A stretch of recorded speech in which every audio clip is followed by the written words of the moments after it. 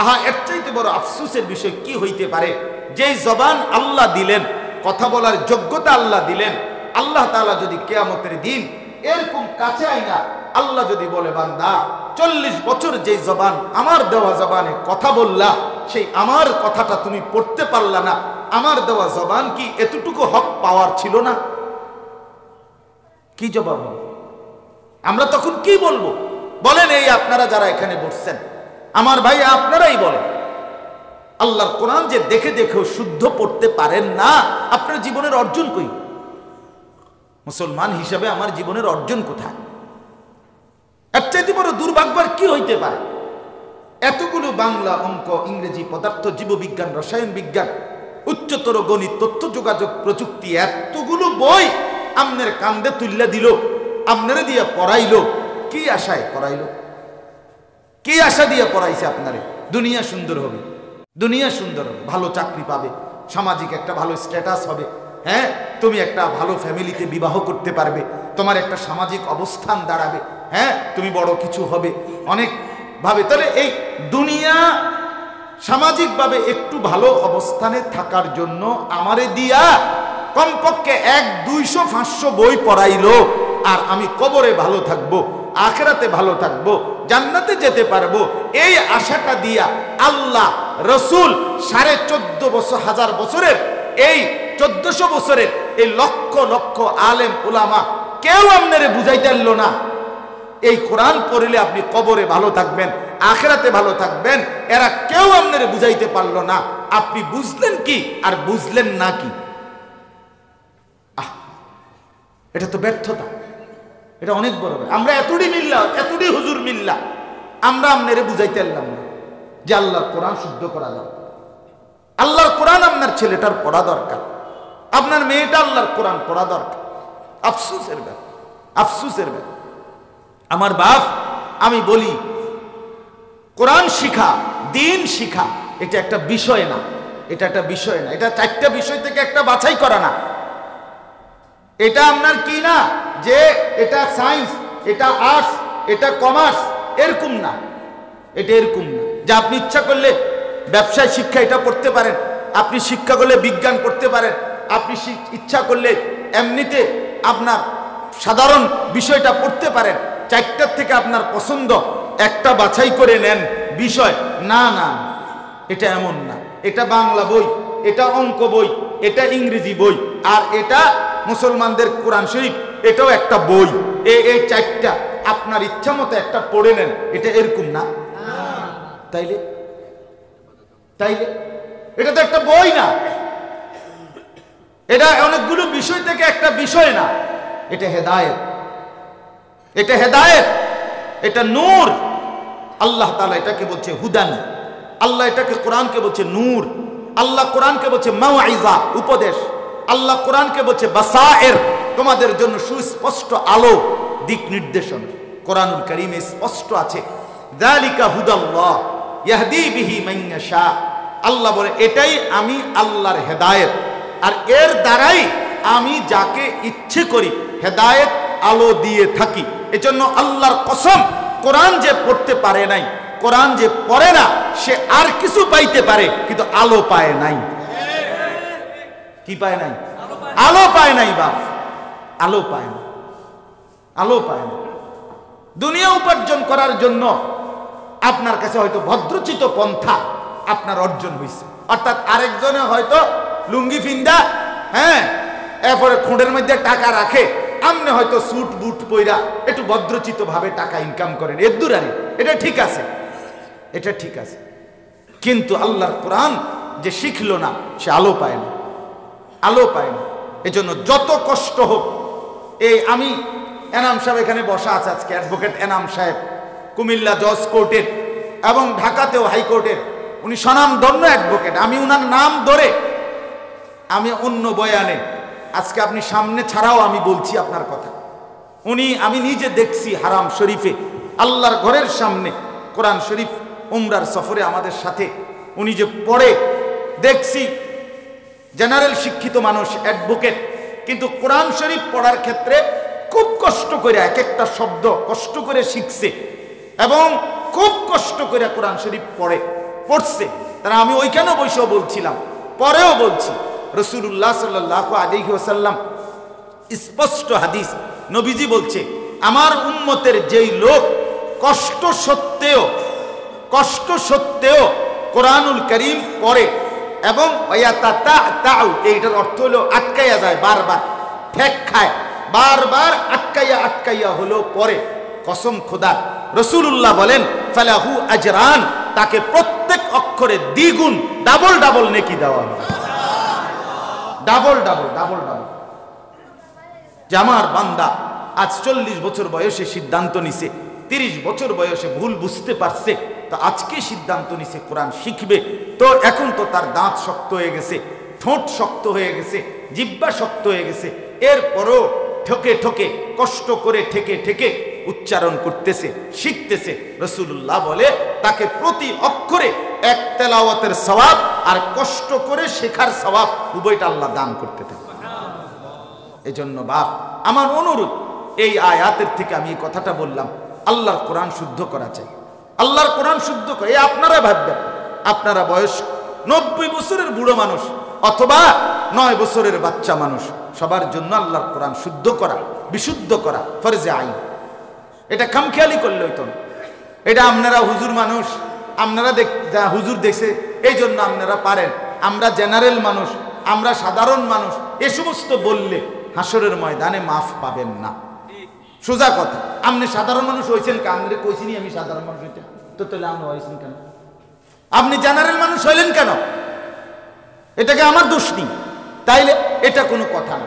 আমি হুজুর, আপনি সাধারণ, এটা কোনো কথা না। আল্লাহর কোরআন কমপক্ষে যেটুকু হলে নিজের নামাজ হবে, নিজের ফরজ আদায় হবে, এটুকু সহি শুদ্ধ করা ফরজে আইন। আপনি ব্যাপক বিস্তারিত জ্ঞান কোরআনের না জানলেন, কিন্তু মৌলিক যেটুকু না হলে নাই হবে, এতটুকু না জেনে আপনার উপায় নাই। আজকের থেকে সিদ্ধান্ত নেন, কোরআন পড়বার জন্য চেষ্টা করবেন, বলেন ইনশাআল্লাহ। আমি অসংখ্যবার বলছি, এখন আপনারা বলেন, স্বীকৃতি দেন।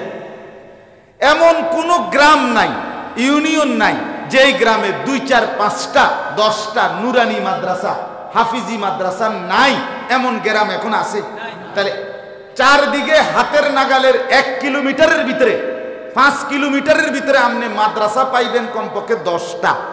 এই অবস্থায় আপনি কবরে যাওয়ার পরে আপনি যদি বলেন, ফেরেশতা জিজ্ঞাসা করে কোরআন শরীফ সহি শুদ্ধ করতে পারলা না কা? আপনি যদি বলেন যে আমি মাদ্রাসা পাইছি না, অথবা হুজুর পাইছি না, অথবা সময় পাইছি না, আমার মনে হয় এমন শক্ত ফিটা দিব, একেবারে বেশি আগে, মানে পুরান করে যে ফিটা দিব, আমনের ফিটাটা একটু শক্ত করে দিব। পুরান করে বলবে ফেরেশতা তুই একজনে ফিট, আর তারে আমরা 3 জনে ফিটি। তারে তে বড় শক্ত ডাকাত, কোনো ছোটখাটো ডাকাত না, কারণ তার চারদিকে কোরআনের জন্য আহ্বান করছে কমপক্ষে 20টা মাদ্রাসা, তে এরপরও গাদ্দারি করে কোরআন শরীফ শিখছে না। হ্যাঁ, এটা ছাড়া আর কি? তাই অতএব আপনি এগুলা বললে হবে না, এটা বললে হবে।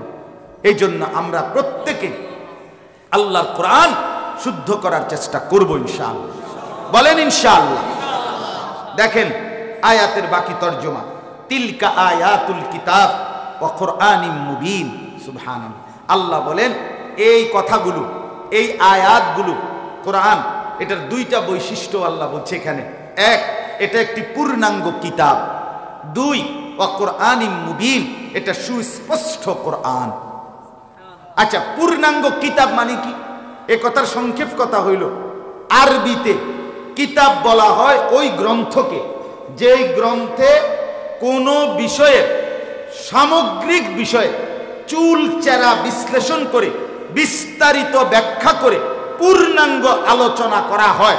যেই আলোচনা করার পরে, শুনবার পরে, বলার পরে শ্রোতা কিংবা পাঠকের আর কোনো ন্যূনতম প্রশ্ন বাকি থাকে না, ওইটাকে বলা হয় আরবিতে কিতাব। আর এটা শুধু কোরআনের বৈশিষ্ট্য।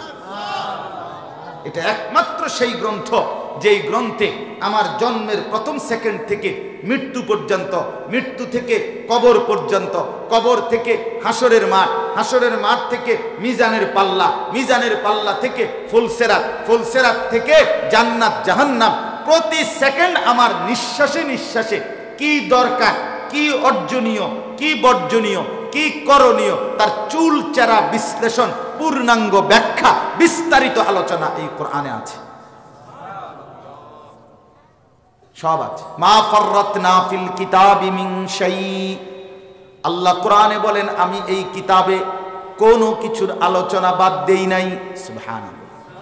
ওয়া নাযালনা আলাইকাল কিতাবা তিবয়ানান লিকুল্লি শাই।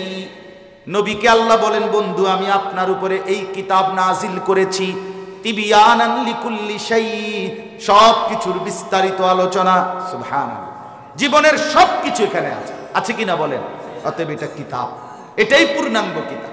সবগুলো বই একত্র করলে আইনের কথা শেষ হয়েছে এ কথা বলতে পারবে না।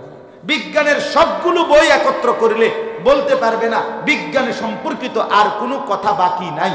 সমাজের কোনো কথা, কোনো বই, বাংলা সব বই একত্র বললে বলতে পারবে না বাংলাদেশের সব কথা এখানে আলোচিত হয়েছে। না না, থেকেই যাবে, বাকি থেকেই যাবে। কিন্তু কোরআন নাজিল করে রব্বুল আলামিন বলছে আর কোনো কথা বাকি নাই, সব বলা হয়েছে, সব বলা হয়েছে। তাহলে আপনি এটার থেকে শিখলেন না কিছু, আপনি কিতা শিখলেন? গোড়ার ডিম। আপনি কি পাইলেন না? কোরআন থেকে বঞ্চিত আপনি কিছুই তো পেলেন না। জ্ঞানের খনি যেটা, জ্ঞানের খনি যেটা, সেটার থেকেই আপনি জ্ঞান নিলেন না। তা আপনি কি জ্ঞান অর্জন করলেন? কি জ্ঞান অর্জন করলেন? মিশ্র জ্ঞান, যেখানে যৌক্তিক অযৌক্তিক সব ধরনের কথা আছে, যেখানে হাট্টিমাটিমও আছে, যেখানে আমাদের দেশে সেই ছেলে কবে হবে, কথায় না বড় হয়ে কাজে বড় হবে, এটা যেমন সুন্দর কথা, হাট্টিমাটিম ফালতু কথা। কথা বোঝেন না? মানে যৌক্তিক অযৌক্তিক, দরকারি বেদরকারি। হ্যাঁ, রোদ হচ্ছে, বৃষ্টি হচ্ছে, ক্যাকশিয়ালের বিয়ে হচ্ছে। দেখিটা তুমি আসিলা এই অলিমার মধ্যে বিয়ের অনুষ্ঠানে কয় কেজি মোট জিলাপি কিনছে কও? ক্যাকশিয়ালের বিয়ে হচ্ছে, হেবড়া বুঝতো কেমনে? এটা এটা একটা কথা কইলে না, একটা কথা বললে না। আগ ডুম বাগ ডুম গোড়া ডুম, তো সেটা কি? আগ ডুম ডুম কি, তা বাগ ডুম কি নাই? যাই হোক, আমার বলার উদ্দেশ্য হলো আবার দরকারি কথা আছে। সকালে উঠিয়া আমি মনে মনে বলি, সারাদিন আমি যেন ভালো হয়ে চলি, আদেশ করেন যাহা মোর গুরুজনে, আমি যেন সেই কাজ করি ভালোভাবে। তাহলে এই দারুণ কথা। ভোর হলো, দৌড় খোলো, খুকুমণি উঠোরে, ওই ডাকে জুই শাখে ফুল খুকি ছোটরে, নাকি এগুলা ছোটবেলায় পড়ছি। তাইলে দারুণ দারুণ কথা, সুন্দর কথা, কিন্তু মিশ্র কথা, মানে ভালো মন্দ, যৌক্তিক অযৌক্তিক, প্রয়োজনীয় অপ্রয়োজনীয় মিল্লা কথা। কিন্তু কোরআনে এক শব্দ ফালতু কথা নেই। 1450 বছরে কোনো ফালতু, বেহুদা, অনর্থক, অপ্রয়োজনীয়, অযৌক্তিক, অপ্রাসঙ্গিক, বাহুল্য, বাগাড়ম্বর এমন কিচ্ছু নেই। প্রতি অক্ষর, শব্দ, বিন্দু, নোক্তা, হরফ গুনে গুনে গুনে গুনে হিসাব কর, হিসাব কর। আলিফ এতটা কেন? এতটারই দরকার আছে। হ্যাঁ, কোরআনুল কারীমে যেই অক্ষর যতবার, কোরআনের শ্রেষ্ঠত্বের জন্য এতবারই দরকার আছে। এটার অনেক সুন্দর বই আছে, মানে এটা প্রমাণ যে কোরআনুল কারীমের আপনার এই অক্ষর, এই শব্দ, এই সূরা, এই আয়াত, এটা এতটা কেন, ওইটা এতটা কেন, এইটার আলাদা আলাদা কারণ আছে।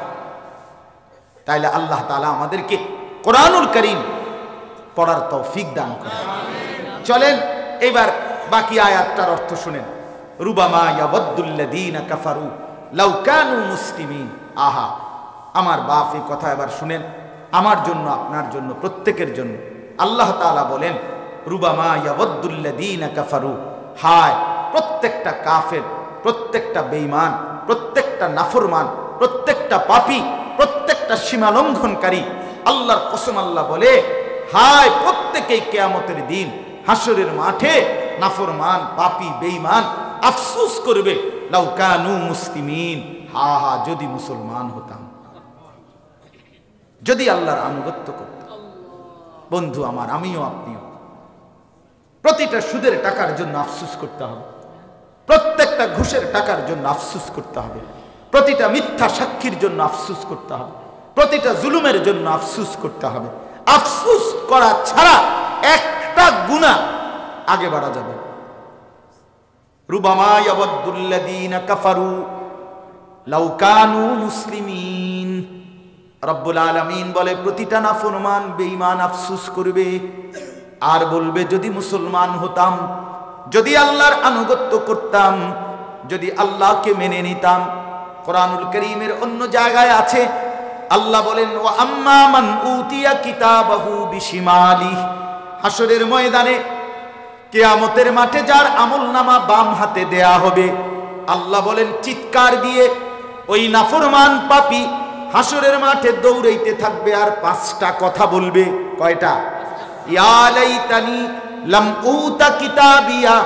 এক নম্বরে বলবে হায় আফসোস আমার মন্দ কপাল, আমার আমলনামা যদি আমার হাতে না দিত।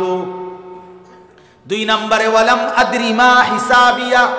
দুই নম্বরে আফসোস করে বলবে হায় আমার মন্দ কপাল, আমি যদি আমার হিসাব না দেখতাম। তিন নম্বরে বলবে ইয়া লাইতাহা কানাতিল কাদিয়া। হায় আফসোস মৃত্যু যদি আমাকে শেষ করে দিত, আমি যদি আর কোনোদিন জীবিত না হতাম। চার নম্বরে বলবে মা আগনা আন্নি মালিয়া। আফসোস আমার মন্দ কপাল, আমার সারা জিন্দেগীর মাল আমার কোনো উপকারে আসলো না। পাঁচ নম্বরে বলবে হালাকা আন্নি সুলতানিয়া।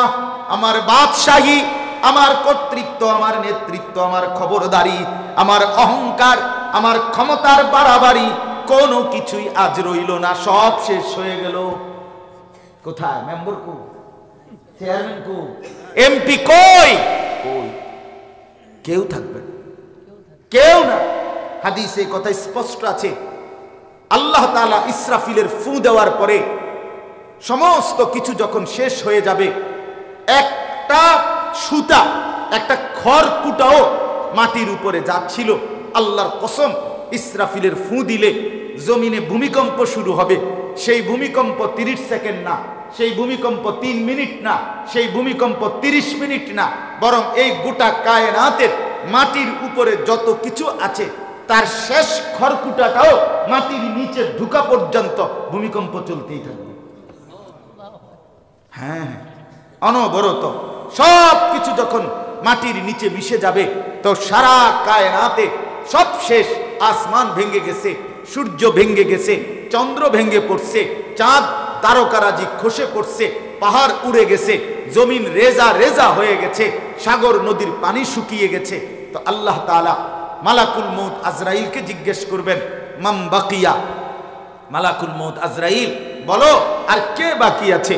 আজরাইল বলবে আল্লাহ আপনার আরশ ধরে রাখছে 8 জন ফেরেশতা, ওরা আছে, আমার সাথে আরো 3 জন সহ আমরা 4 জন ফেরেশতা আছি, জিব্রাইল, মিকাইল, ইসরাফিল আর আমি আজরাইল। আর আরশের উপরে আনতাল্লাযী লা ইয়ামুতু আবাদান, আপনি আছেন যার কোনোদিন মৃত্যু হবে না। আল্লাহ বলবে মালাকুল মউত ওই 8 ফেরেশতার জান কবজ করো, ওই যারা আমার আরশ ধরে আছে। হযরত মালাকুল মউত আজরাইল বলবে রব্বুল আলামিন ওরা তো আপনার আরশ ধরে আছে, ওদেরকে ছেড়ে দেওয়া যায় না, ওদেরকে বাদ দেওয়া যায় না, ওদেরকে মৃত্যু না দিলে হয় না। হায়, রব্বুল আলামিন বলবে মালাকুল মউত ছেড়ে দিলে তো আমি আমার বন্ধুকেই ছেড়ে দিতাম, মৃত্যু যদি নাই দিতাম তো আমার দোস্তকে মৃত্যু দিলাম কেন? আমার বন্ধু তো এর চাইতে আমার প্রিয়। তো আল্লাহ তাআলা বলবেন ফেরেশতা মালাকুল মউত 8 ফেরেশতার জান কবজ করবে। আল্লাহ আবার জিজ্ঞেস করবেন মাম বাকিয়া, আর বাকি কে? আর বাকি কে? হযরত আজরাইল বলবে, মালাকুল মউত বলবে তাহতাল আরশে আরবা, আরশের নিচে আমরা 4 ফেরেশতা, ফাওকাল আরশে আনতাল্লাযী লা ইয়ামুতু আবাদান, আরশের উপরে আপনি যার কোনো মৃত্যু হবে না। আল্লাহ বলবেন তো আজরাইল এবার তোমার 3 সাথী জিব্রাইল, মিকাইল, ইসরাফিলের জান কবজ করো। তো আজরাইল 3 ফেরেশতার জান কবজ করবে। এবার আল্লাহ বলবেন মাম বাকিয়া আল আন, এখন আর বাকি কে? হযরতে মালাকুল মউত আজরাইল বলবে তাহতাল আরশে আনা ফাওকাল আরশে আনতাল্লাযী লা ইয়ামুতু আবাদান। আল্লাহ আরশের নিচে শুধু আমি একজনই আছি, আমি শুধু আছি, আর আরশের উপরে আপনি যার কোনো মৃত্যু হবে না। তো আল্লাহ তাআলা তখন বলবেন ইকবিজ রূহাকা আল আন, আজরাইল এবার তুমি তোমার জান কবজ করো। ফাসাহা সাইহাতান, হাদিসে আছে রাসূলুল্লাহ বলেন আজরাইল তখন একটা বিকট চিৎকার করবে। রাসূল বলেন ওই চিৎকার যদি পৃথিবীর প্রথম মানুষ থেকে নিয়ে শেষ মানুষ পর্যন্ত দাঁড়িয়ে জীবিত অবস্থায় শুনতো, হার্ট ফেল করে সবাই মরে যেত। এত জোরে চিৎকার দিয়ে মালাকুল মউত নিজের রূহ কবজ করে নিজেই মরে যাবে। এইবার মাম বাকিয়া, এইবার আর বাকি কে? তো আল্লাহ তাআলা নিজে, এই কথাটা বলতেছিলাম এটার জন্য হাদিস আমি নিজে পড়ছি। আল্লাহ তাআলা তখন চতুর্দিকে গোটা আসমান ও জমিনের কায়নাতে শুধু বাকি আছে কে? বলেন না, আর আছে কে? এখন একজনই বাকি। তো আল্লাহ তাআলা ডান দিকে ফিরে, বাম দিকে ফিরে, চতুর্দিকে আল্লাহর আওয়াজ বের হবে, আইনাল মুলুক, বাদশারা তোমরা কই? আইনাল মুতাকাব্বিরুন, ওই অহংকারী কর্তৃ যারা তোরা কই? আয়। জব্বারুন, জমিনে বাদশাহী বাহাদুরি জুলুম কর্তৃ যারা তোরা কই? আয় আয়। নমরুদ তুই কই? সাদ্দাদ আয়, কারুন আয়, ফেরাউন আয়, হামান আয়। আজ গোটা জমিনের মধ্যে, গোটা মখলুকাতের মধ্যে লিমানিল মুলকুল ইয়াউম, আল্লাহ জিজ্ঞেস করবে নিজেই যে আজ রাজত্ব কার? কইতে আপনি কি আসেননি? আপনি কইতে কইবেন? কথা বলেন না, কেউ বলতে পারবেন আপনি আছেন নাকি? কেউ বলবেন করতে? তা আল্লাহ তাআলা বলবেন নিজেই, লিল্লাহিল ওয়াহিদিল কাহ্হার। আজ শুধুই কেবল এক প্রবল প্রতাপান্বিত একক বাদশা আল্লাহর ক্ষমতা। এখানে একটা জরুরি কথা আছে বাপ, এইখানে এই কথাটা কইতে গিয়া আল্লাহ কিন্তু একটা ভয়ঙ্কর শব্দ ব্যবহার করছে, নিজের নাম আল কাহ্হার। যেই মালিক এতদিন কইয়াইছে রহমান, রাহিম, হ্যাঁ, গফফার, গফুর, মেহেরবান, দয়ালু, ক্ষমাশীল, আজকে প্রথম কথা আল্লাহ তাআলা বলছে কাহ্হার। আজকে দেখাম, ছেড়ে দিছি বহুদিন, আজ হিসাব নেব। আজ আর রহমান, আজ কাহ্হার, আজ প্রবল প্রতাপান্বিত, আজকে আজিজ মহা ক্ষমতাশীল, আজকে যুন্তিকাম প্রতিশোধ গ্রহণকারী, শাদীদুল ইকাব কঠোর শাস্তিদাতা, সারিউল হিসাব দ্রুত হিসাব গ্রহণকারী। অতএব এই যে বললাম যে নাফরমান পাপী মাম হাতে আমল নামা পেয়ে চিৎকার করবে, হায় আমার ক্ষমতা গেল গা, আমার সম্পদ নাই, আমার হিসাব যদি না হতো। এই কথা বলে বাপ যখন বলতে থাকবে, হাসরের ময়দানে চিৎকার করবে নাফরমান, তো আল্লাহ কি বলবে? আল্লাহ কি বলবে? আল্লাহ সাথে সাথে ওই নাফরমান পাপী যে এই চিৎকার করে বাম হাতে আমল নামা নিয়ে ছুটাছুটি করবে হাসরের ময়দানে, তো রব্বুল আলামিন ফেরেশতাদেরকে ডাক দিয়ে বলবে, খুযুহু ফাগুল্লু, এই ফেরেশতা তারে ধর। এই বাপ, এটা কোরআনের আয়াত। খুযুহু ফাগুল্লু, ধর ধর তারে, এই ফেরেশতা তারে ধর। খুযুহু, ধর তারে ধর। ফাগুল্লুহু, ধরে আগুনের শিকল দিয়ে বেঁধে ফেল, বাঁধে তারে, বাঁধে। তাফসীরে লিখছে এই এমনি তো বাঁধে, রশি দিয়ে এমনি উপরে বাঁধে। কসম আল্লাহর, আমি নিজে তাফসীরে পড়ছি, ওই যে ব্যান্ডেজের যে সেলাই করে, যে সুই ঢুকায় ভিতরে, এরপরে বাঁধে সুতা, ঠিক না? তো আল্লাহ তাআলার এই আদেশের পরে ফেরেশতা এই নাফরমানের পুরা দেহে সুইয়ের মতো, সেলাইয়ের মতো ঢুকাইয়া রশি, এরপরে বাঁধবে। এমনি উর্ফের বান্না। ফাগুল্লুহু অর্থ এটা, তাকে বাঁধে। তো এটা ইয়ার মতো, সুইয়ের মতো, সেলাইয়ের মতো বাঁধ। ফেরেশতা বলবে, আল্লাহ আপনার নাফরমান বান্দাকে বেঁধে ফেলেছি, এবার কি করব? তা আল্লাহ তাআলা বলবেন, সুম্মাল জাহিমা সাল্লু, একটা লাথি মাইরা জাহান্নামে মার, মার, মার, ত্রাম করে লাথি দিবে। এক লাথির লগে যেন জাহান্নামে গিয়ে জাহান্নামে ফেলা হবে। এবার জাহান্নামের ফেরেশতারা বলবে, আল্লাহ আমরা কি করব? আল্লাহ বলবেন, সুম্মা ফি সিলসিলাতিন যারউহা ৭০ যিরাআন ফাসলুকুহু, ওই ফেরেশতারা যেই বান দিয়ে দিছে এটার উপরে তোরা আরো ৭০টা বান দে। ৭০ যিরাআন, ৭০ মানে ৭০, ৭০টা শেকল দিয়া আবার বাঁধে, বান দিয়া এবার কি করবা? ফাসলুকুহু, তারে টানতে থাকো, হেসরাইতে থাকো, পুরা জাহান্নামী সবাইকে দেখো দেখাও এই বেঈমান খোদার নাফরমান।